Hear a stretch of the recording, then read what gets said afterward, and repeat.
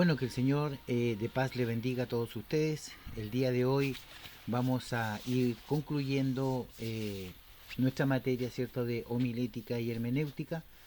Y vamos a ver en el estudio del día de hoy, que puede que a lo mejor sea un poquito más amplio que los del día anterior, porque vamos a ir resolviendo algunos problemas o algunas dificultades bíblicas, como se les puede llamar, en donde hay textos que son difíciles a veces de explicar o de entender, y la materia del día de hoy tiene relación con eso. Vamos a ver estos textos que son difíciles de explicar. A la luz de la escritura vamos a ver qué podemos aprender de ellos. Y el primer texto que tenemos, cierto, en nuestro escrito es la muerte de Usa.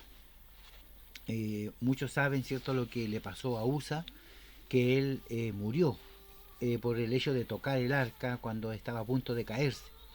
Así que vamos a ver un poquito cómo se desarrolla esta historia y qué fue lo que le ocurrió a Usa. Vamos a leer nuestro escrito. Dice: a primera vista nos puede resultar difícil o fácil cuestionar primero el obrar de Dios. Antes de cuestionar y ordenar o condenar, cierto, la obra, cierto, de Dios hacia Usa, vamos a leer y vamos a entender lo que esto significa. En 2 de Samuel capítulo 6, Israel por fin recupera el arca de Dios, y toda la casa de Israel se regocijaba delante del Señor con toda clase de instrumentos. 2 de Samuel 6:5. Podríamos decir que tenía un servicio de adoración en donde se gozaban en Dios. En ese contexto, el narrador nos da a entender que lo que sigue está conectado con la adoración al Señor que el pueblo realizaba. Si ellos están adorando a Dios mientras mueven el arca, tiene sentido que antes de hacer cualquier cosa ellos se pregunten si Él les ha dado instrucción sobre cómo debe ser adorado y cuál hizo por medio de Moisés. Es decir, si ellos van a adorar a Dios y está el arca entre medio, habían instrucciones dadas a Moisés que él escribió, ¿cierto?, en la Torá, en la Biblia, en el Antiguo Testamento, para que se adorara a Dios con el arca presente y también para poder mover el arca. En Números 1:51, vamos a leer lo que dice Números 1:51, dice: cuando el tabernáculo haya de trasladarse, los levitas lo desarmarán, y cuando el tabernáculo haya de detenerse, los levitas lo armarán, y el extraño que se acerque a él morirá. En el mismo libro de Números, en el capítulo 4, desde el 1 hasta el 33, está la tarea de los levitas, ¿cierto? Como ellos tienen que trasladar el arca, mover el arca, desarmar el arca, ¿cierto?, que representa la presencia del Señor. Y en todo ese texto completo, en Números 4, del 1 al 33, usted lo puede leer tranquilamente en su hogar. Están las instrucciones para que los levitas puedan mover el arca, armar el arca y desarmarla. Y ahí aparecen los coatitas, que eran los responsables, ¿cierto?, de poder llevar el arca en sus hombros y poder tocar el arca, armar y desarmar el arca. Entonces dice así: Israel debía saber que solo los hijos de Coat podían llevar sobre sus hombros el arca de Dios y trasladarla. Eso aparece en Número 7, del 6 al 9. Estos hombres tenían que ser santificados para eso, como hicieron más tarde en Primera de Crónicas 15, del 13 al 15. El rey David también debía saber estas instrucciones. Deuteronomio 17, del 18 al 20, que son las obligaciones del rey, que son importantes leer, ¿cierto?, las obligaciones que tenían los reyes cuando tomaban, ¿cierto?, en este caso a Israel o a Jerusalén como rey del pueblo. Ellos tenían que ser instruidos en la Torá para poder guiar al pueblo y no cometer errores. Conociendo esto, sabemos que Usa pecó al tocar inapropiadamente el arca de Dios y desobedecer el mandato del Señor. Dios no se enoja o responde con ira sin primero dar las instrucciones a su pueblo. Nuestro problema es que pensamos que debemos decirle a Dios cómo debe ser adorado y cómo debe ser tratado, en vez de adorarle como Él ha dicho que se le adore. Dios había dicho cuáles eran las manos que podían tocar el arca, es decir, de los coatitas. ¿Qué llevó a Usa a pensar que sus manos serían más limpias que la tierra del arca caer al suelo? Aquí se nos enseña que la verdadera adoración es conforme a la palabra de Dios. En esta historia vemos la santidad de Dios que trasciende todo lo creado porque Él es perfecto y no puede tolerar el pecado. Textos a considerar, y vamos a leer estos textos. Éxodo 25:13, vamos a leer lo que dice Éxodo 13. Y dice en Éxodo 25:13 al 14, dice: harás una vara de madera de acacia, las cuales cubrirán de oro, y meterás las varas por los anillos, los lados del arca, para llevar el arca con ella. Esas son instrucciones. Números 4:15. Vamos a ver lo que dice Números 4:15. Números 4:15 dice lo siguiente.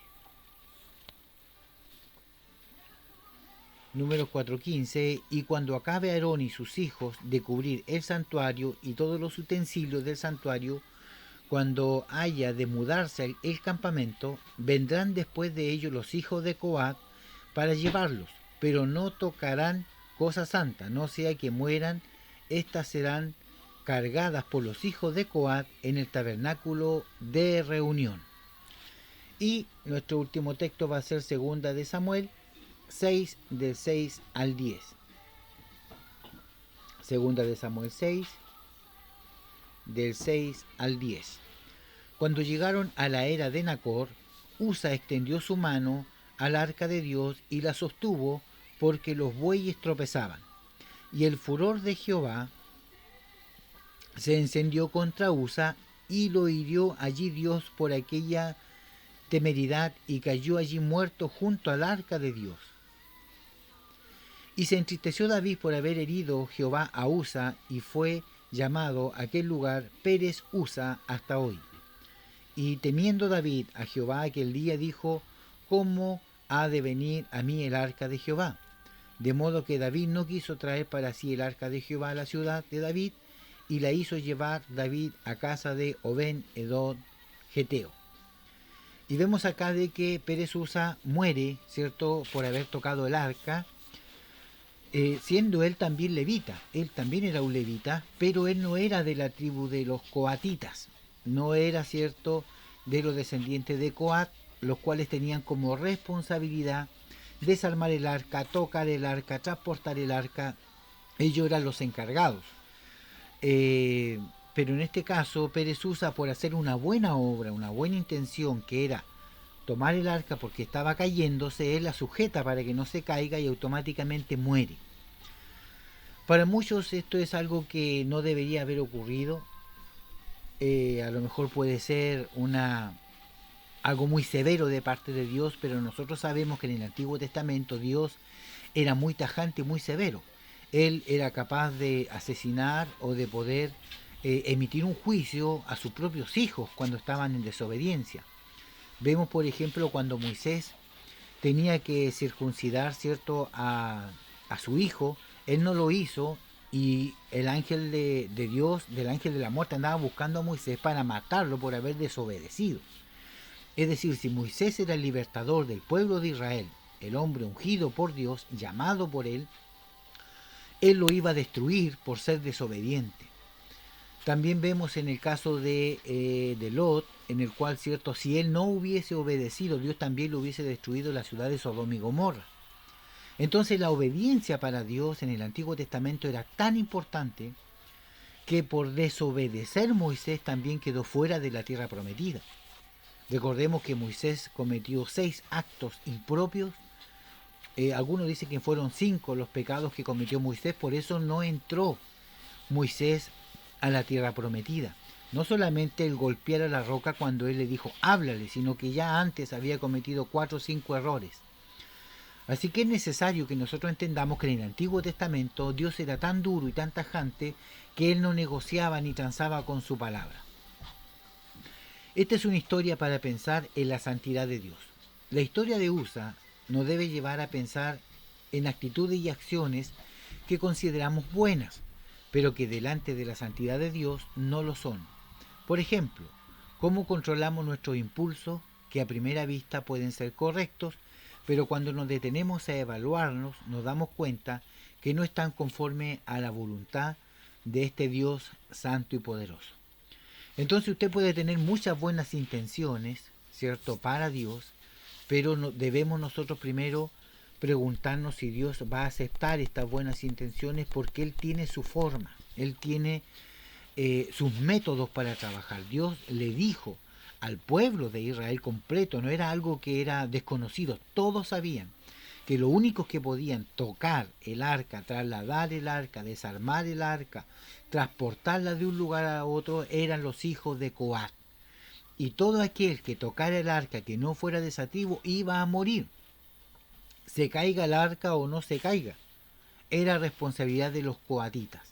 Por lo tanto, aquí hay un punto a considerar y ahora podemos entender por qué muere Usa en las manos de Dios.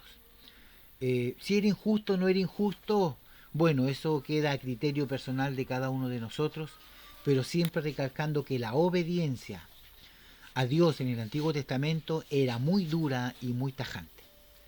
Bien, espero que usted también vaya, cierto, anotando sus preguntas y sus dudas para que cuando ya estemos en vivo podamos, cierto, ir respondiendo estas inquietudes. Vamos a pasar al segundo punto, que es murió Enoc y fue inmediatamente al cielo, en cuerpo, en carne. ¿Qué sucede con el profeta Elías? ¿Fue llevado realmente en carne al cielo, en cuerpo? ¿Y qué pasó con Moisés? Vamos a leer la historia y vamos a ir entendiendo un poquito. La historia de Enoc y de Elías son fascinantes, y la descripción bíblica del fin de su vida aquí es especialmente misteriosa. Enoc, dice la escritura, que fue traspuesto. Basado en Hebreo 11:5, dice que por la fe Enoc fue traspuesto para no ver muerte. Algunos creen que Enoc nunca murió y fue llevado vivo al cielo. La palabra traspuesto proviene de la palabra griega matatitemis, que significa trasladar a otro lugar. Eso significa traspuesto, ser trasladado a otro lugar. Y eso lo encontramos en el diccionario Bain de hebreo y de griego.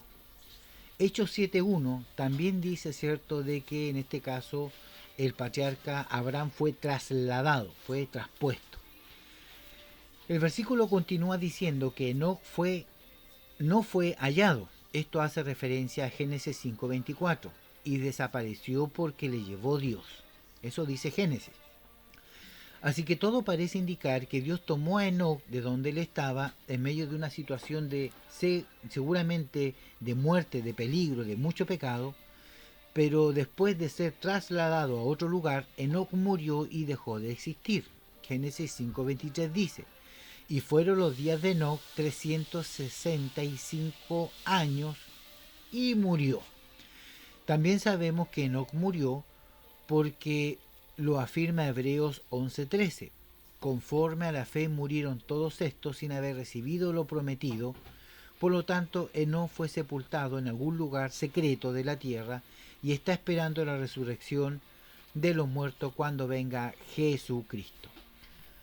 Bien, ahora cuando nosotros leemos Hebreos 11:13, vamos a hacer una lectura rápida como para poder entender un poquito lo que significa esto. Hebreos capítulo 11, del verso 1 en adelante, dice: es pues la fe, la certeza, ¿cierto? La seguridad, la fe de lo que no se ve y que vendrá. Luego dice en el verso 3, por la fe entendemos haber sido constituidos. En el 4 dice, por la fe Abel ofreció más excelente sacrificio que Caín. Aquí aparece el primer personaje, Abel. Número 5, por la fe no fue traspuesto para no ver muerte, y aparece Enoc. En el verso 7 aparece Noé. Por la fe Noé, cuando fue advertido por Dios acerca de cosas que aún no se veían. Después en el 8 aparece Abraham, siendo llamado, obedeció para salir del lugar que él había de recibir su herencia. En el verso 11, por la fe también la misma Sara, ahí tenemos a Sara, ¿Ya? Y luego en el verso 13 dice, conforme a la fe murieron todos estos sin haber recibido lo prometido. Es decir, todos los que acabamos de leer, es decir, Sara, Abraham, en este caso Noé, Enoch, Abel, todos ellos murieron sin haber recibido lo prometido. ¿Ya? Entonces, si Enoch se fue al cielo en cuerpo y carne, no debería decir Hebreos que ellos murieron. Pero Hebreos 11:13 dice, conforme a su fe murieron todos estos, sin haber recibido lo prometido. Bien, sigamos. Vamos a ver lo que dice de Elías. Ahora pues, ¿qué le pasó a Elías? En 2 de Reyes 2:11, que afirma claramente que apareció un carro de fuego con caballo de fuego y que Elías subió al cielo en un torbellino. ¿Fue realmente al cielo? Tenemos que entender que la escritura habla de 3 cielos. Ya en la Biblia hay 3 cielos. Uno que es el cielo que usted ve con sus ojos, ¿cierto? Hasta donde vuelan las gaviotas, los pajaritos, todo ese sol. El segundo cielo es el cielo donde están los planetas, el universo, las galaxias. Y el tercer cielo es donde se encuentra el trono del Señor. Bien, el primer cielo es la atmósfera de la Tierra donde están las nubes, Génesis 1:8. El segundo es el mismo llamado espacio, en donde se encuentran los planetas y las estrellas. El tercer cielo es donde se encuentra el trono de Dios. En realidad el profeta no murió en esos momentos, ni fue al trono de Dios. El carro debió entrar al primer cielo, es decir, a la atmósfera nuestra, y lo trasladó a él a otro lugar, ya que algunos años después Elías escribió una carta en 2 de Crónicas 21 del 12 al 15. Es decir, más o menos pasaron desde que apareció el carro de fuego y separó a Elías de Eliseo 10 años a 12 años más o menos, y aparece una carta escrita por Elías al rey que estaba de turno en Jerusalén. Y eso aparece en 2 de Crónicas 21 del 2 al 15. Eso significa que Elías no se fue al cielo, ¿cierto?, en cuerpo y hueso y en carne, como muchos enseñan, sino que él fue tomado de un lugar y fue llevado a otro lugar donde Dios quería ocuparlo.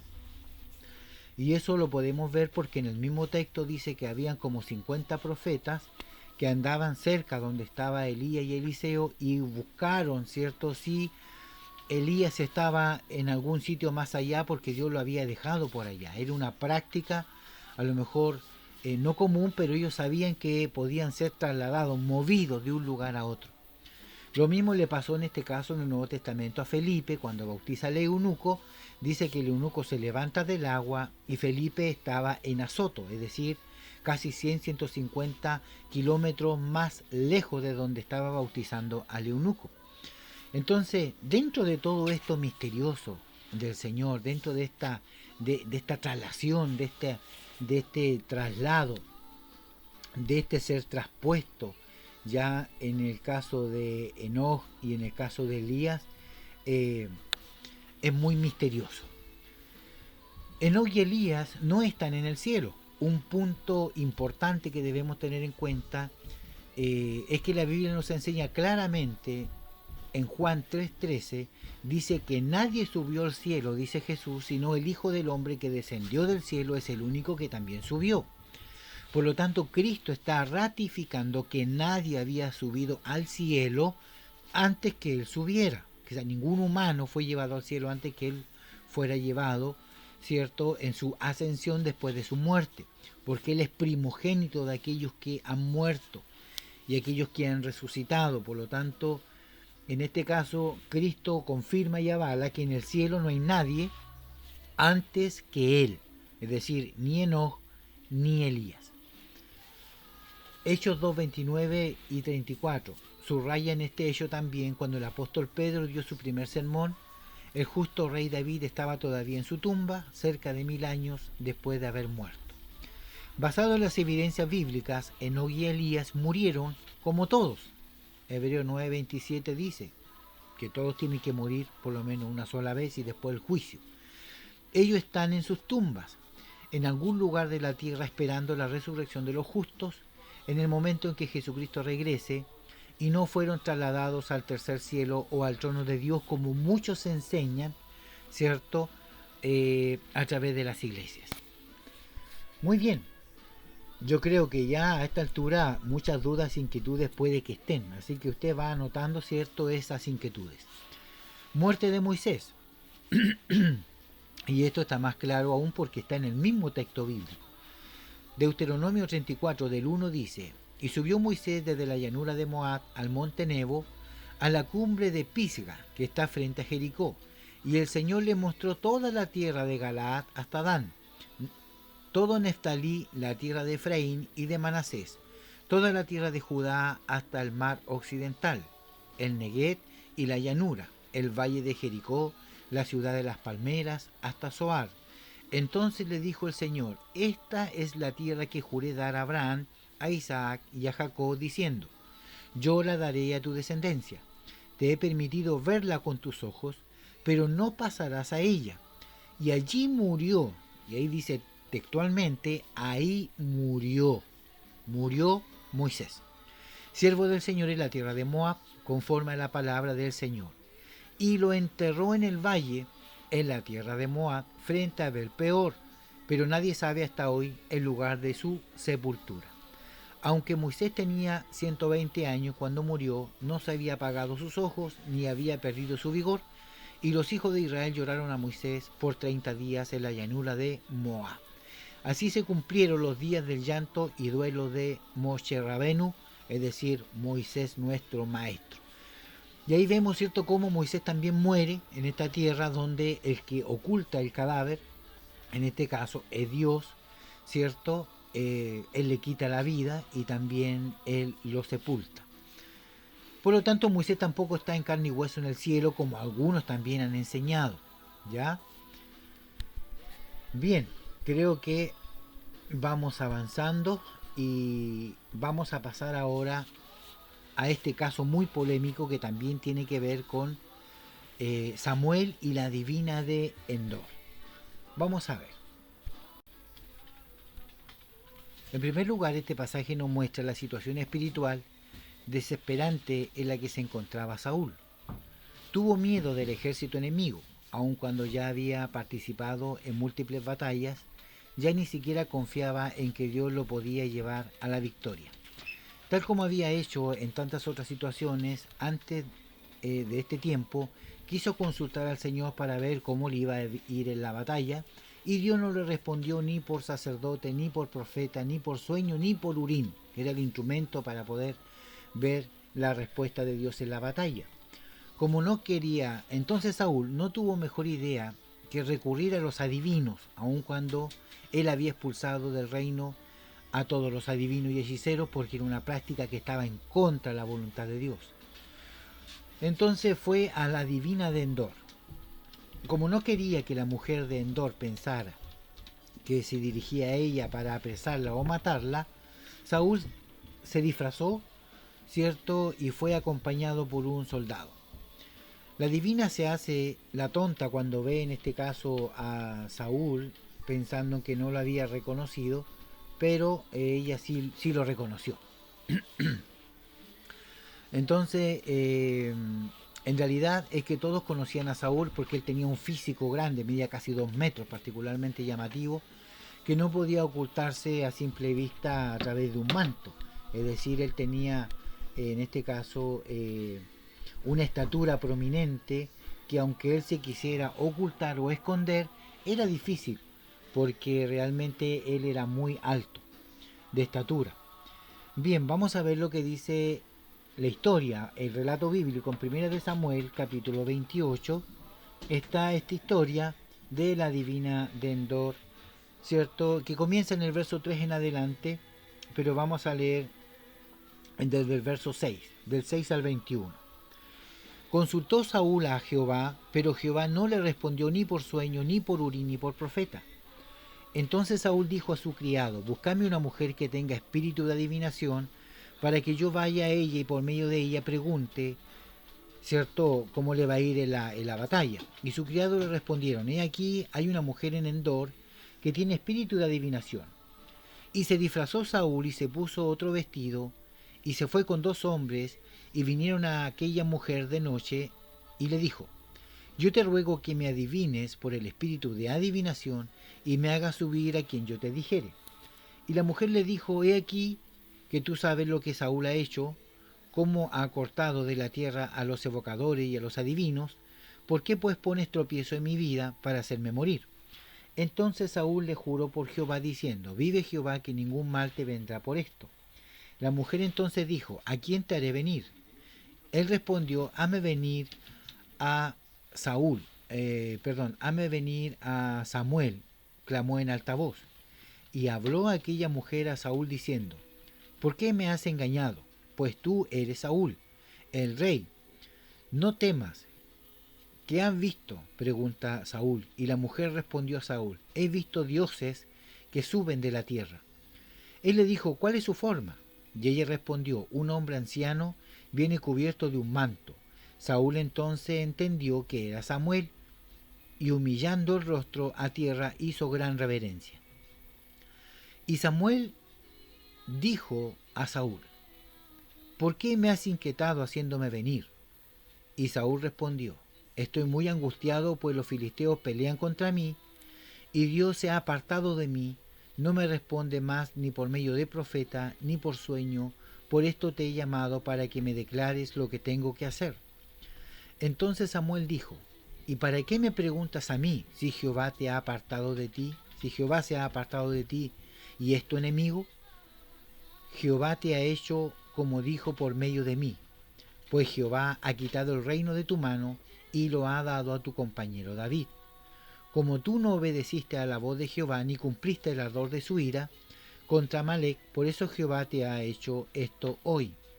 Y Jehová entregará a Israel también contigo en manos de los filisteos, y mañana estaréis conmigo tú y tus hijos, y Jehová entregará también al ejército de Israel en manos de los filisteos. Entonces Saúl cayó en tierra, cuán grande era, y tuvo gran temor por la palabra de Samuel. Y estaban sin fuerza porque en todo aquel día y aquella noche no había comido pan. Entonces la mujer vino a Saúl y viéndolo turbado en gran manera le dijo, he aquí tu sierva ha obedecido tu voz y he arriesgado mi vida y he oído las palabras que tú me has dicho.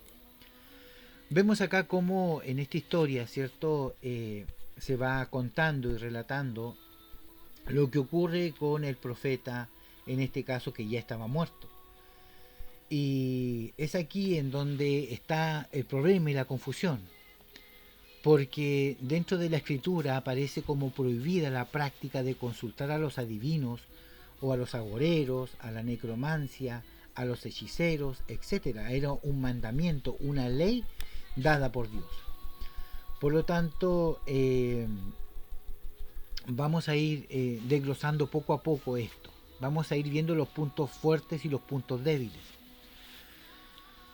La escritura dice en el mismo 1 de Samuel 28, 19, dice, Jehová entregará a Israel también contigo en manos de los filisteos, y mañana estaréis conmigo tú y tus hijos, y Jehová entregará también al ejército de Israel en la mano de los filisteos. Mañana estaréis conmigo tú y tus hijos. Saúl supo que Samuel, que moriría al día siguiente, es decir, en este caso el profeta Samuel le entrega una profecía a Saúl. Vamos a pensar que este Samuel que apareció no es un demonio y no es un espíritu, ¿ya? Por lo tanto vamos a ver algunos puntos los cuales dicen que realmente fue Samuel. Primero, el espíritu que aparece, en este caso, que aparece del lugar de los muertos, del Seol, ¿cierto? Cuando aparece dice que la divina se asusta porque ella ni siquiera había alcanzado a invocar a su magia para poder hacer traer a, en este caso al profeta, sino cuando ella le dice, ¿a quién quieres que yo te traiga? Cuando Saúl dice a Samuel, automáticamente Samuel sale sin que la divina haga nada, y cuando este espíritu, en este caso el espíritu de Samuel sale, dice que ella se asusta. Ya podemos ver entonces de que ella no invocó al espíritu, sino que el espíritu salió solo. Segundo, en el relato se nombra 7 veces el nombre de Dios y un demonio no nombra a Dios. Tercero, un demonio, un espíritu no puede entregar una profecía que es de parte del Señor. Cuarto, la descripción que hace esta divina cuando ve a este espíritu con un manto y con todo era la vestimenta de Samuel.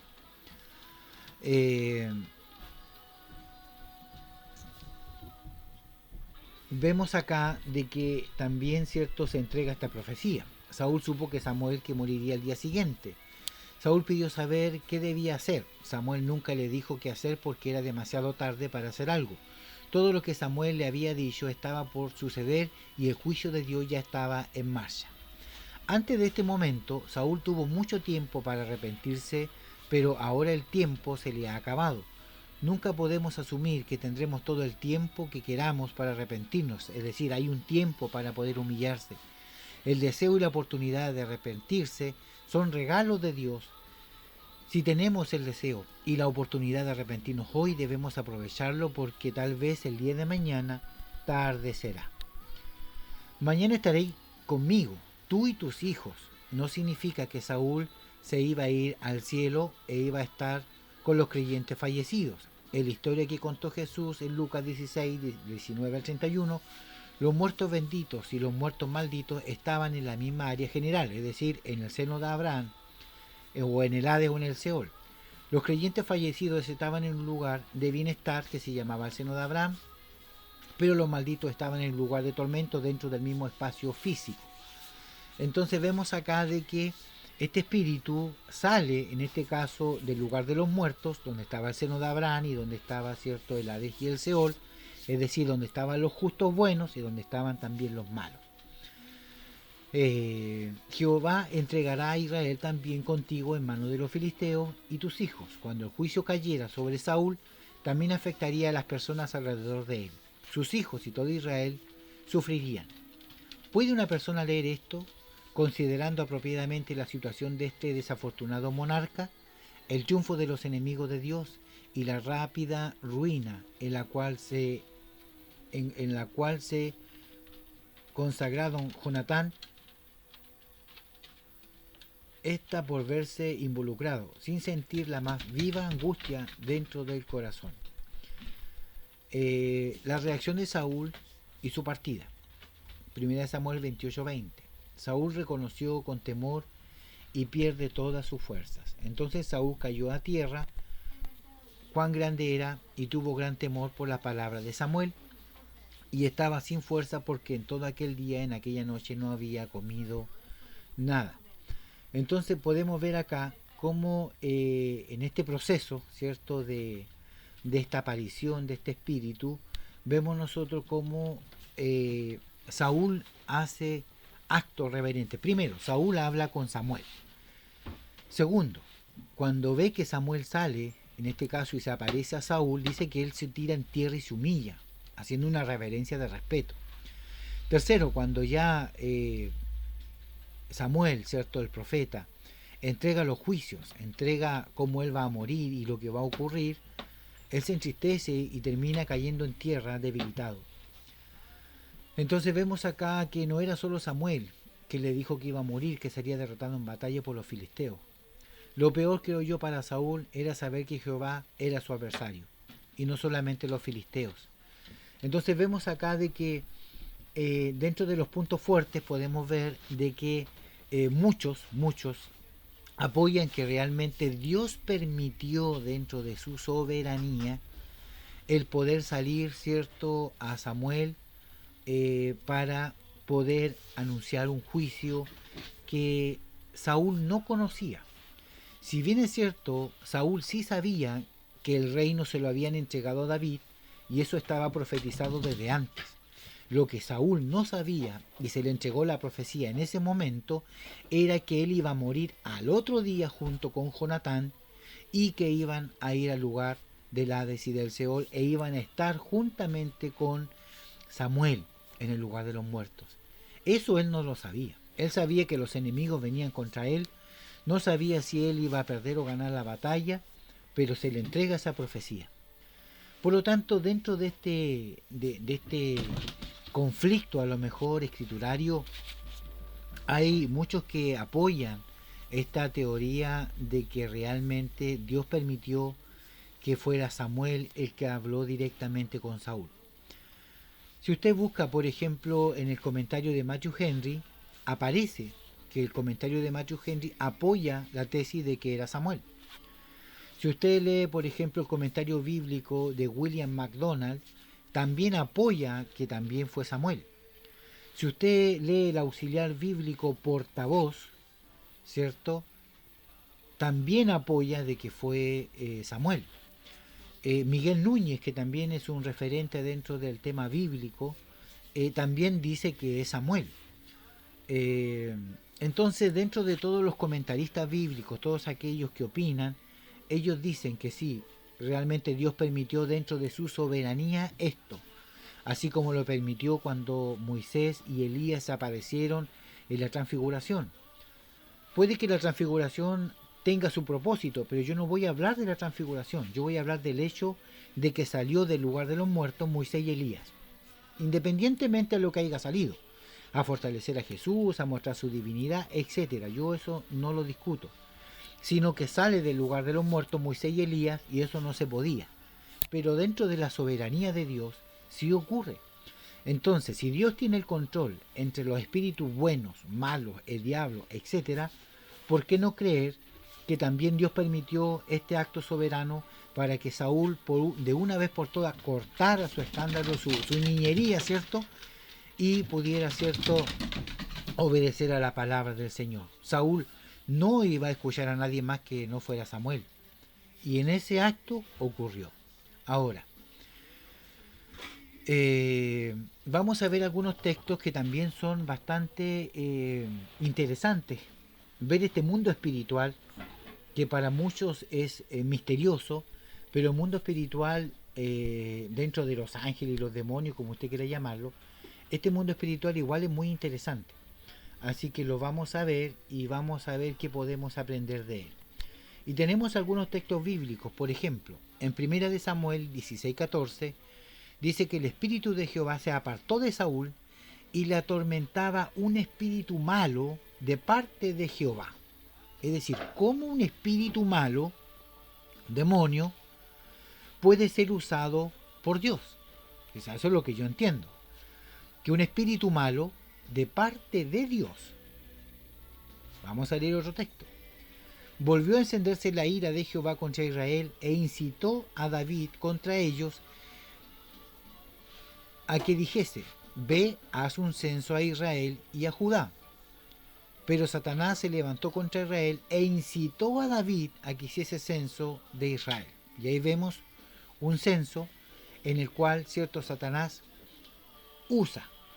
Es decir, Satanás manipula. Ya sabemos que él se disfraza como ángel de luz, etcétera, pero él, cierto, también actúa. Jueces 9:22. Vamos a leer lo que dice Jueces 9:22. Jueces 9:22 dice: después que Abimelech hubo dominado sobre Israel 3 años, envió Dios un mal espíritu entre Abimelech. Envió Dios un mal espíritu entre Abimelech y los hombres de Siquem. Y los de Siquem se levantaron contra Abimelech, para que la violencia hecha a los 70 hijos de Jeroboal y la sangre de ellos recayera sobre Abimelech, su hermano, que lo mató, y sobre los hombres de Siquem, que fortalecieron las manos de él para matar a sus hermanos. Primera de Reyes 22. ¿Para qué yo estoy leyendo todo esto? Para que podamos entender un poquito mejor cómo funciona el mundo de los espíritus.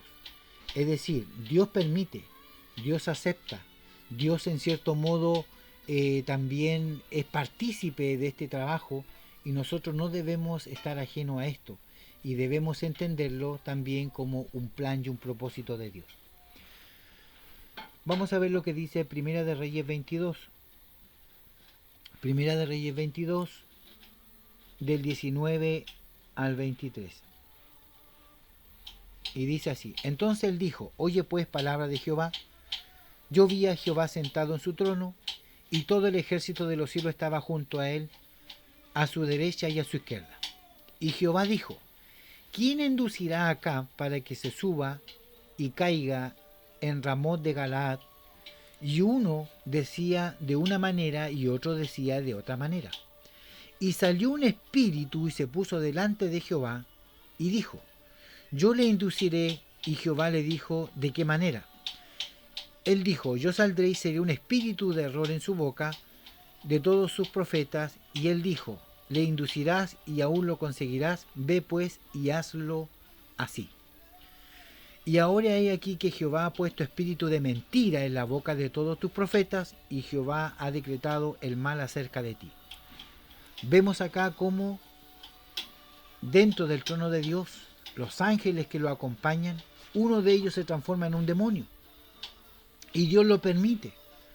Y dice el texto: he aquí que ahora Jehová ha puesto espíritu de mentira en tu boca. Es decir, Dios ha puesto mentira en tu boca.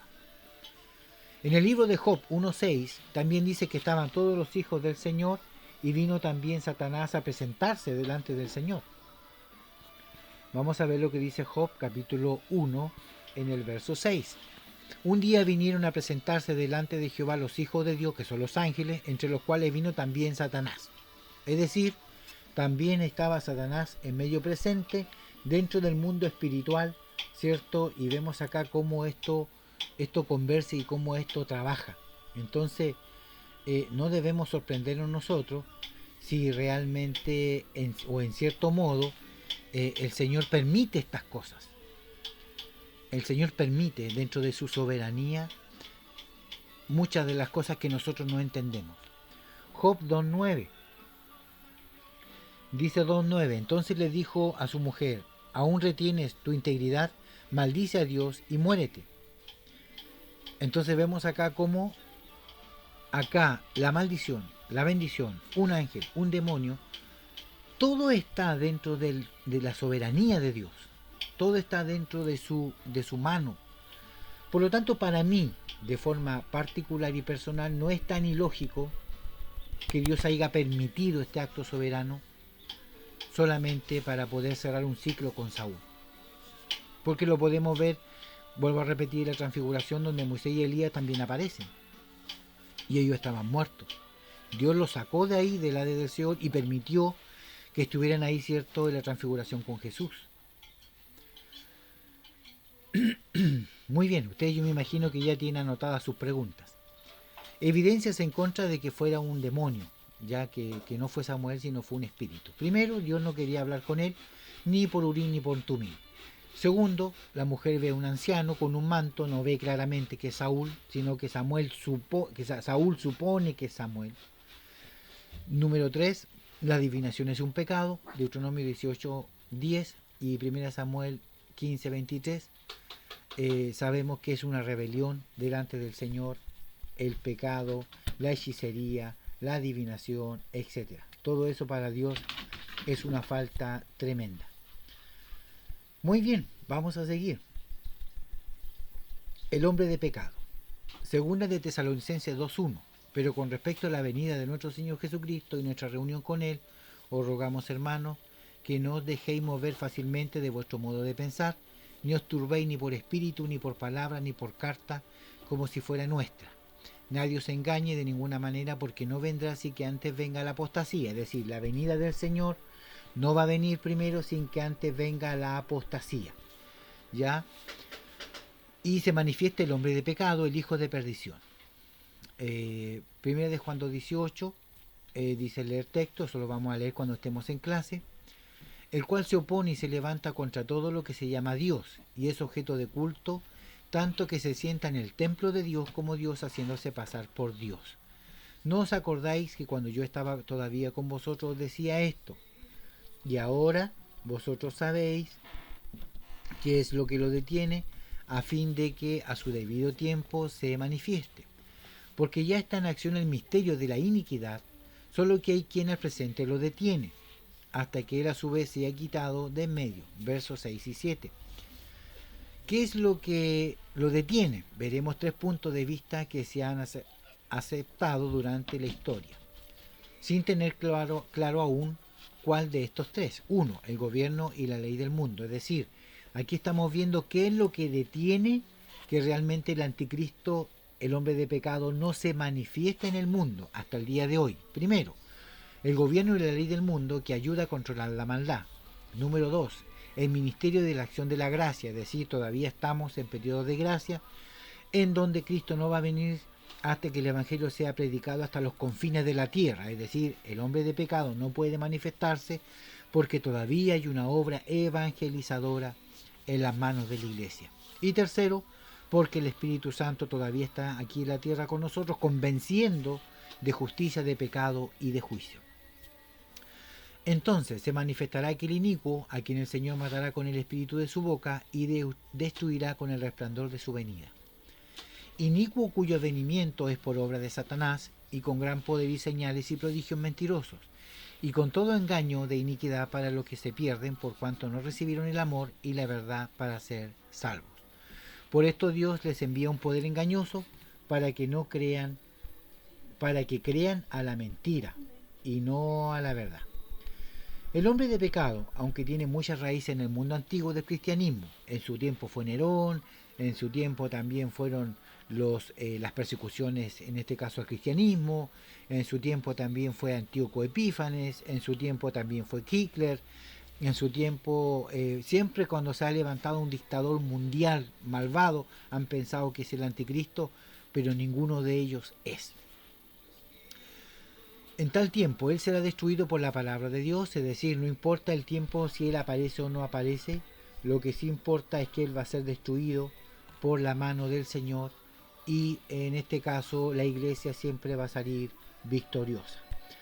Así que no debemos preocuparnos de eso. Pero ¿quién es el hombre de pecado? ¿Quién es el anticristo? ¿Quién es la apostasía? Vamos a leer 1 de Juan 2:18, que son los textos que habíamos dejado arriba, y vamos a leer para poder tener una mayor comprensión. 1 de Juan 2:18. ¿Ya? Dice 1 de Juan 2:18. Hijitos, ya es el último tiempo, y según vosotros oísteis que el anticristo viene. Así ahora han surgido muchos anticristos, por esto conocemos que es el último tiempo. Es decir, aquí está, ¿cierto?, el profeta, en este caso Juan el apóstol, diciendo de que siempre van a haber anticristos, siempre van a haber hombres que se rebelan contra Dios, que van a estar en contra, en apostasía, ya sea el nombre que tengan, en el tiempo y en la época que sea. En el mismo Primera de Juan, pero en el 4:3, dice: y todo espíritu que no confiese que Jesucristo ha venido en carne no es de Dios, y este es el espíritu del anticristo, el cual vosotros habéis oído que viene y que ahora ya está en el mundo. Es decir, todos aquellos que no digan que Jesucristo ha venido en carne son descendientes del anticristo. Segunda de Juan.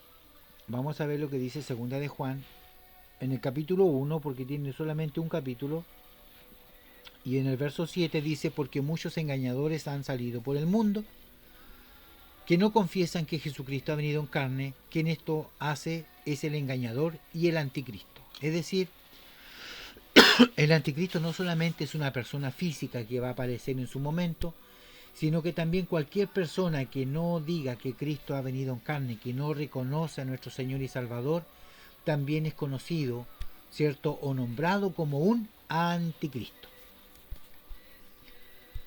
Bien, vamos a ver lo que sigue. Y lo que sigue tiene relación con la mucha letra mata el espíritu.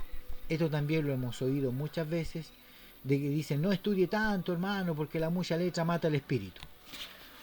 Entonces vamos a leer lo que dice 2 de Corintios 3, del 3 al 6. Dice: ¿comenzamos otra vez a recomendarnos a nosotros mismos?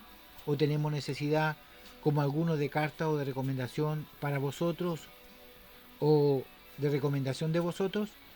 Nuestra carta sois vosotros, escrita en vuestros corazones, conocida y leída por todos los hombres, siendo manifiesto que soy carta de Cristo, expedita por nosotros, escrita no con tinta, sino con el Espíritu del Dios vivo, sino en tabla de piedra, sino que las tablas del corazón. Y este verso 3 es muy importante, dice, siendo manifiesto que vosotros sois carta, usted y yo somos una epístola, somos una carta de Dios, escrita no con tinta, sino con el Espíritu del Dios vivo, no en tablas de piedra.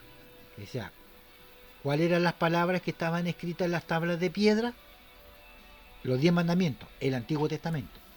Sino en las tablas de carne de nuestro corazón, dentro de nosotros, que están escritas con el Espíritu. Y tal confianza tenemos mediante Cristo para con Dios.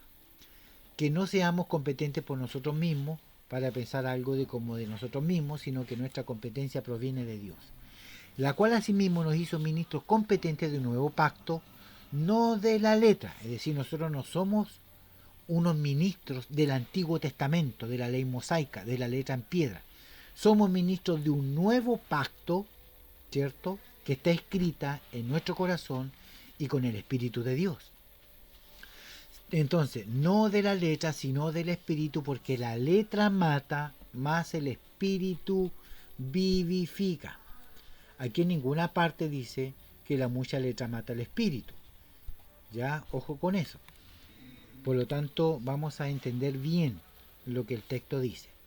Como podemos apreciar a través de la historia de la Iglesia, este texto ha sido mal interpretado, dando una defensa para que muchos no estudien la palabra de Dios, para que no se mueran espiritualmente, para que no se conviertan en cementerios bíblicos, secos de Espíritu Santo, lo cual muchas iglesias pentecostales han tomado como norma y postura, solo aprendiendo lo que el Espíritu les enseña y les guía, nada más, sin leer la Escritura de forma sistemática e inteligente.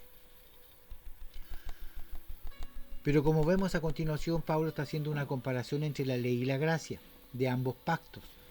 Cualquier verso fuera de contexto puede crear una confusión, pero cuando analizamos la Escritura dentro del contexto propio, guiado por el Espíritu de Santidad de Dios, nos damos cuenta que no está queriendo decir que la mucha letra mata al Espíritu. Aquí está la clave. Pablo y los apóstoles eran ministros de un nuevo pacto, del Espíritu, no del antiguo pacto de la letra. Y justamente después se escribe porque la letra mata, pero el Espíritu da vida. Segunda de Corintios 3:6. Porque este es el pacto que haré con la casa de Israel, y después de aquellos días declararé el Señor, pondré mi ley dentro de ellos y sobre sus corazones la escribiré, entonces yo seré su Dios y ellos serán mi pueblo. Entonces aquí vemos cómo la mucha letra mata al espíritu, no tiene nada que ver en esto. Juan 6:63 dice: el espíritu es el que da vida, la carne para nada aprovecha, las palabras que yo os he hablado son espíritu y son vida. Por lo tanto, la palabra del Señor siempre va a ser vida, nunca va a ser muerte, siempre va a ser un regocijo, ¿cierto? Una bendición poder escuchar, leer y entender la palabra del Señor. Así que aquellos que le dicen, no estudie, hermano, no, porque la mucha letra mata al espíritu, nada que ver, nada que ver. Nada que ver una cosa con otra. Ya, la Biblia dice que mis palabras son espíritu y son vida. Es decir, Dios reconoce que Él es vida y que su palabra es el río de agua viva que nos mantiene vivos hasta el día de hoy. Por lo tanto, cuando alguien le diga, no, hermano, mucha letra mata al espíritu, no le haga caso. Usted estudie la palabra sistemáticamente, crezca, madure y aprenda en Dios. Bien, vamos a ver Mateo 16:19, las llaves del reino. Y esto también es un texto que se ha ocupado para decir que Pedro es el primer papa. Ya nos queda poquito, así que paciencia. Y a ti te daré las llaves del reino de los cielos, y todo lo que atares en la tierra será atado en los cielos, y todo lo que se desate en la tierra será desatado en los cielos. Estas fueron las palabras de nuestro Señor Jesucristo que dijo a Pedro. Después que él había declarado la deidad de Cristo, Pedro dijo: tú eres el Cristo, el Hijo del Dios viviente. Estas palabras han sido utilizadas para justificar falsas doctrinas que hoy en día ciertos grupos religiosos enseñan, por ejemplo los católicos. En esta lección meditaremos acerca del significado correcto de estas palabras para poder entender mejor el significado y lo que está queriendo decir. Falsas doctrinas tomadas de Mateo 16:19. Una de las falsas doctrinas que se han tomado en este pasaje es la enseñanza que se presenta acerca de Pedro siendo el Papa y recipiente de autoridad suprema. Los católicos consideran Mateo 16, 18, 20 como el mejor texto usado para justificar lo que enseñan acerca de Pedro como el primer papa. Note que ellos escribieron acerca de Mateo 16, 18, 20. Este texto es autoridad que invoca y establece la primacía de Pedro y sus sucesores. Eso lo escribieron ellos en su Biblia católica. Estas palabras, como vemos más adelante, no proveen evidencias para llegar a la conclusión de que Pedro es el primer papa, o que él tiene más autoridad que los demás apóstoles. Por tanto, concluir que Pedro es el papa basado en Mateo 16, 18 es llegar a una conclusión para la cual no hay evidencia alguna que justifique tal interpretación. La iglesia del primer siglo no consideró a Pedro como papa, ya que tal palabra primeramente no se encuentra en la Biblia, y segundo, la iglesia del primer siglo reconoció que Cristo era la supremacía y la autoridad. Ellos consideraron a Cristo como la única fundación, la única fuente que la iglesia tiene, y no a Pedro. Ni Pedro ni el resto de los apóstoles tomaron la palabra de Jesús como dando la idea de que Pedro iba a tener la supremacía sobre los demás, ya que los dos capítulos que están adelante encontramos a los discípulos discutiendo acerca de quién sería el mayor entre ellos. Ahí aparece Mateo 18:1 y 20:21. Y Jesús nunca dijo que Pedro iba a ser el mayor. Significado de Mateo 16:19 correcto. Habiendo dicho algunas cosas acerca de las falsas conclusiones que han sido tomadas, ahora observaremos lo que estas palabras en realidad significan. La palabra llave es una metáfora, eso nosotros ya lo hemos estudiado, que denota o da la idea de una administración, acceso. Pedro, junto con los demás apóstoles, iban a ministrar el Evangelio del reino de Cristo a todo el mundo. Cuando Jesús le dice a Pedro que le daría la llave del reino, básicamente le estaba diciendo que él estaría dando a conocer los términos de aceptación al reino de los cielos. Pedro, como podemos observar en Hechos capítulo 2, usó la llave del reino para dar a conocer los términos y las condiciones a obedecer para poder entrar en el reino de los cielos. A la misma vez, Pedro abrió la puerta del reino a aquella como 3.000 personas obedecieron al Evangelio y fueron salvas, en el cual fue predicado por primera vez por Pedro. Pedro fue el primer privilegiado en usar la llave del reino por primera vez en el día de Pentecostés. Luego, más tarde, encontramos a Pedro usando las mismas llaves en Hechos capítulo 10 para abrir las puertas del reino a los gentiles. Por lo tanto, la palabra llave no significa o da la idea de que Pedro fue mayor que todos los apóstoles o el primer papa. Por lo tanto, vamos a decir lo siguiente. Todo predicador usa la llave del reino cuando proclama los términos de la salvación de Cristo. La frase atar y desatar era una frase que usaban comúnmente entre los judíos de aquellos tiempos. La palabra atar significa prohibir, negar, y la palabra desatar significa aceptar o abrir. Jesús prometió ratificar en los cielos lo que los apóstoles predicaban sobre la tierra. No fueron dejados a su propia sabiduría, sino que fueron guiados por el Espíritu Santo al anunciar los términos de admisión en el reino de Dios sobre la tierra. Es decir, para abrirle los cielos a una persona hay requisitos, esas son las llaves.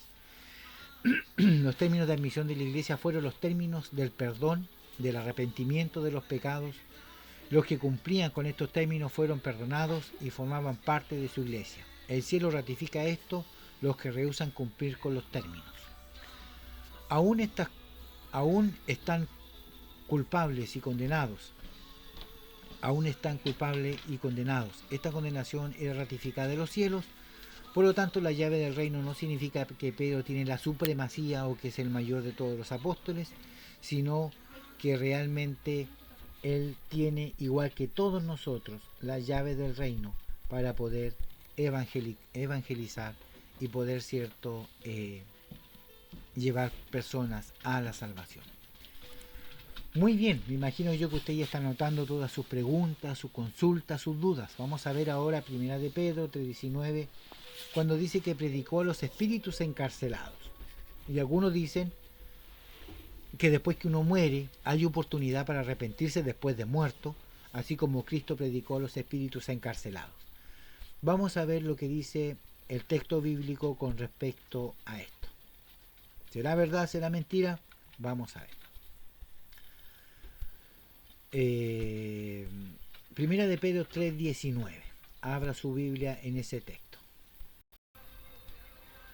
Porque también Cristo padeció una vez por los pecados, el justo por los injustos, para llevarnos a Dios, siendo a la verdad muerto en la carne, pero vivificado en espíritu, en el cual también fue y predicó a los espíritus encarcelados, los que en otro tiempo desobedecieron cuando una vez esperaban la paciencia de Dios en los días de Noé, mientras se preparaba el arca, en la cual pocas personas, es decir, 8, fueron salvadas. Primera de Pedro 3, 18 al 20. Esta porción de la Escritura muestra brevemente el contexto del pasaje bajo considerado. Es importante leerlo para poder ver un panorama claro de lo que está hablando el apóstol Pedro. Basado en el versículo 19, algunos han llegado a la conclusión de que Jesús predicó las buenas nuevas a todos los que estaban en el Hades, es decir, todos los que allá habían muerto y se encontraban en el lugar de tormento. Esta acción por Jesús presentó una segunda oportunidad a todos los que no habían obedecido la palabra de Dios antes de partir de este mundo. Esta interpretación del texto se encuentra en conflicto con lo que la palabra de Dios enseña. La exégesis que se ha hecho del pasaje es incorrecto, ya que la Biblia en ninguna parte enseña la doctrina de una segunda oportunidad para ser salvo después que están muertos. La Biblia tampoco enseña que Jesús fue al Hades para predicar la palabra de Dios a los espíritus encarcelados que se encontraban en dicho lugar. La palabra de Dios enseña claramente que después de la muerte vendrá el juicio. Note lo que escribió el escritor a los hebreos, y de la manera que están establecidos para los hombres que mueran una sola vez y después de esto el juicio. Hebreos 9:27. El apóstol Pablo también enseñó que al morir el hombre no tendrá otra oportunidad, sino más bien lo único que le espera es el juicio. Note lo que escribió, cierto, 2 de Corintios 5:10. Porque es necesario que todos nosotros comparezcamos ante el tribunal de Cristo para que cada uno reciba según lo que haya hecho mientras estaba en el cuerpo, sea bueno o malo. 2 de Corintios 5:10. El hombre dará su cuenta a Dios de lo que hizo mientras estuvo en el cuerpo, es decir, mientras estuvo en vida, y no lo que ha hecho después de la muerte. Si el pasaje bajo consideración no enseña una segunda oportunidad y tampoco enseña que Jesús fue a predicarle a dichas personas que estaban en edades, entonces la pregunta, ¿qué significa este pasaje? La respuesta la podemos encontrar en el contexto de la misma carta en el apóstol Pedro escribió, lo que dice en 1 de Pedro 1:11, escudriñando qué persona y qué tiempo indicaba el Espíritu de Cristo que estaba en ellos, el cual anunciaba de antemano los sufrimientos de Cristo y las glorias que vendrían tras ellos.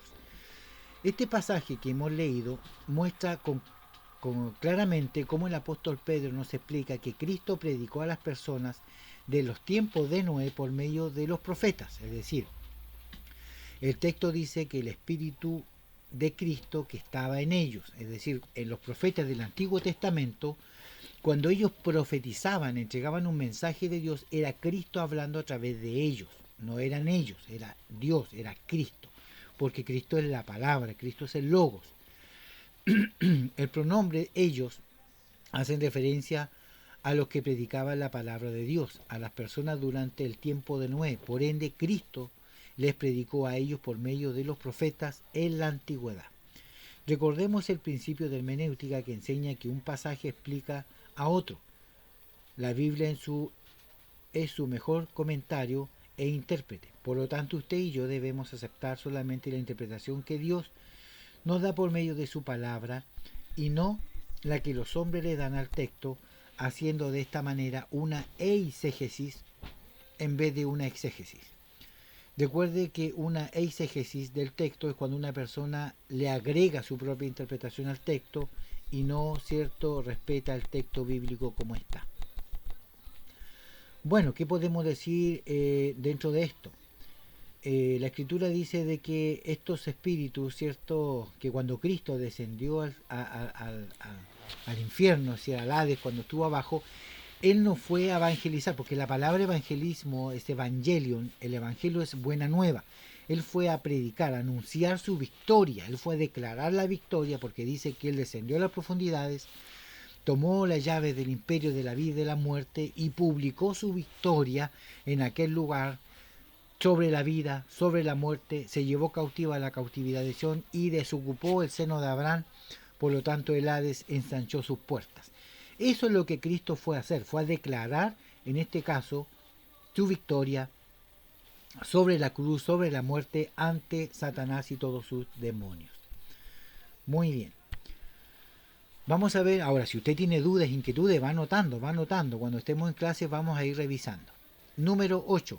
Y por último, los Nicolaitas. ¿Quiénes eran los Nicolaitas que aparecen en el libro de Apocalipsis, que muchas veces también han sido producto de confusión? Vamos a ver lo que dice el escrito. El término Nicolaita viene del griego, cierto, que significa Nicolaos, que son los seguidores de Nicolás. Se han propuesto las más diversas hipótesis sobre este término, que aparece sin traducir en todas las versiones contemporáneas de la Biblia. También es probable que el término Nicolaita tiene su raíz en dos palabras griegas, Nico y Laos. Nicolaos. Nico significa conquistar y Laos significa pueblo. Entonces podemos decir que significa el control del pueblo, ya dando a entender en una sola palabra, o la jerarquía del pueblo. El nombre se menciona 2 veces en el libro de Apocalipsis. Los Nicolaitas eran conocidos en las ciudades de Efeso y de Pérgamo. Varios padres de la iglesia, incluido Ireneo, Hipólito, Epifanio y Teodoreto, también mencionan a este grupo señalado a Nicolás el diácono como autor de las herejías y jefe de la secta. Vamos a ver cómo va esto. Interpretación. Algunos autores consideran que la mención de los Nicolaitas es meramente una forma simbólica de referirse debido al carácter alegórico del Apocalipsis. Consideran la palabra Nicolaitas no como basada en el nombre de un individuo llamado Nicolás, sino como una palabra descriptiva compuesta. Nico significa vencedor y Laos pueblo, seguidores del vencedor, ya. Y aquí vamos a ver algunos comentarios. Johannes Coseus dice, conocedor del hebreo, considera que el nombre Balaam, depredador de pueblos, ¿cierto?, tiene que ver con el mismo nombre de Nicolaita. Podría ser interpretado como un equivalente en el hebreo, es decir, en este caso Balaam y Nicolaita deberían siendo como sinónimos en diferentes épocas. Ahora, ¿por qué? Vamos a ver. Recordemos que Balaam era un hechicero, era un brujo, era un hombre adúltero, un hombre que sacrificaba a los ídolos, es decir, era un hombre malo. Y en este caso los Nicolaitas también tenían desórdenes sexuales, también tenían sus dioses y ofrecían ofrendas y regalos. Campegius Vitringa argumentó en apoyo a esta opinión. La interpretación como conquistador del pueblo cuadra con lo indicado por William Branham, que postula en su libro Las 7 edades de la Iglesia que esta corriente nicolaita, surgida en los primeros años de la Iglesia, en la edad de Efeso, estamos hablando del 100-200 después de Cristo, conquistó al pueblo a través de la degradación de las personas en su vida espiritual, lo que en las edades posteriores se intensificó gradualmente. Para algunos es una designación genérica de la herejía, para otros una secta cuya concepción no conocemos. La Biblia de Jerusalén dice que se trataba de una doctrina que anunciaba la especulación en el siglo II. Watchman Nee creía que designaba a quienes establecieron el dominio de la jerarquía sobre la iglesia, claro, porque significa gobierno, y refiriéndose a un grupo de personas que se consideraban a sí mismas superiores a los creyentes comunes. Otros, en cambio, piensan que los nicolaitas eran opuestos a toda norma y autoridad, eran como anarquistas. No se sabe a ciencia cierta cuáles eran sus prácticas religiosas. Ireneo dice que eran seguidores de Nicolás, uno de los 7 diáconos, pero San Clemente de Alejandría defiende a Nicolás diciendo que sus seguidores lo malinterpretaron. O sea, algunos dicen que era discípulo de los, que era uno de los diáconos que se eligieron, ¿cierto?, por los apóstoles. Una explicación distinta es la que el nombre Nicolaos del nombre del profeta divino, que provocó, según algunas interpretaciones judías, la desviación moral y religiosa de Israel, que como comió de las ofrendas y los ídolos y pecó la información. Bueno, vamos a ver acá una explicación distinta, ¿cierto? Que tiene que ver con el profeta divino, en este caso con Balaam. En este sentido, nicolaíta sería sinónimo de personas que pervierten las costumbres morales y religiosas. El ambiente eclesial de la comunidad de San Juan, es decir, en el tiempo del apóstol, dice que esta herejía son sus características peculiares: falta de valores morales, libre desahogo de las pasiones sexuales, desórdenes sexuales, etc. La carta de Apocalipsis 2, del 2, 6, el verso 14, el verso 15, el verso 20 y el verso 24, presenta la herejía de como un cúmulo de errores y define la doctrina nicolaíta como profundidades de Satanás. A pesar de esta fuerte polémica, la herejía sobrevivió hasta el siglo II. En el comentario del Apocalipsis más antiguo que se conoce, escrito por Vitorino Petrovio, en el siglo II, este habla de los nicolaitas como hombres falsos y turbadores, que, ministrando bajo el nombre de Nicolás, crearon para ellos una herejía diciendo que las viandas ofrecidas a los ídolos podían ser exorcizadas y luego comidas, y que cualquiera que cometiera fornicación podría recibir la paz al octavo día. Esta descripción posiblemente sea otra especulación para otros. Lo más conveniente sería que se tomara a los nicolaitas en conjunto con otras doctrinas falsas. Santo Tomás de Aquino creía que los nicolaitas apoyaban la poligamia y la práctica de compartir las esposas. Eusebio afirmó que la secta fue de corta duración. Entonces vemos acá como, en conclusión, para poder resumir el tema de los nicolaitas, yo lo que veo a través de la información que encontré, que quiénes eran estos, para mí los nicolaitas tienen que ver, ¿cierto?, con un grupo, una secta, ¿cierto?, que siguen los caminos de Balaam, ¿cierto?, los caminos de la mentira, de la hechicería, de los desórdenes sexuales, de la ofrenda a los ídolos, de todo lo que tiene que ver con el paganismo. Para mí los nicolaitas son, como lo dice el mismo texto de Apocalipsis. Si usted lee el texto de Apocalipsis capítulo 2, lee el verso 6, el 14, el 15 y el 20 y el 24, le va a quedar una definición más o menos clara, porque se junta a Balaam con los nicolaitas, se junta a Jezabel, que también es una mujer perversa, con los nicolaitas. Entonces, si nosotros hacemos una composición de todas las herramientas, los argumentos que tenemos, podemos decir que los nicolaitas era una corriente doctrinal falsa que promovía la idolatría, en este caso las ofrendas a los ídolos, los desórdenes sexuales, el adulterio, la fornicación, etcétera. Bueno, creo que hay mucha materia que ver y muchas preguntas que consultar. Así que desde ya les bendigo, espero que hayan tenido la paciencia para poder entender un poquito mejor, y cuando estemos en clase vamos a ir definiendo algunos puntos para ir saliendo de nuestras conclusiones.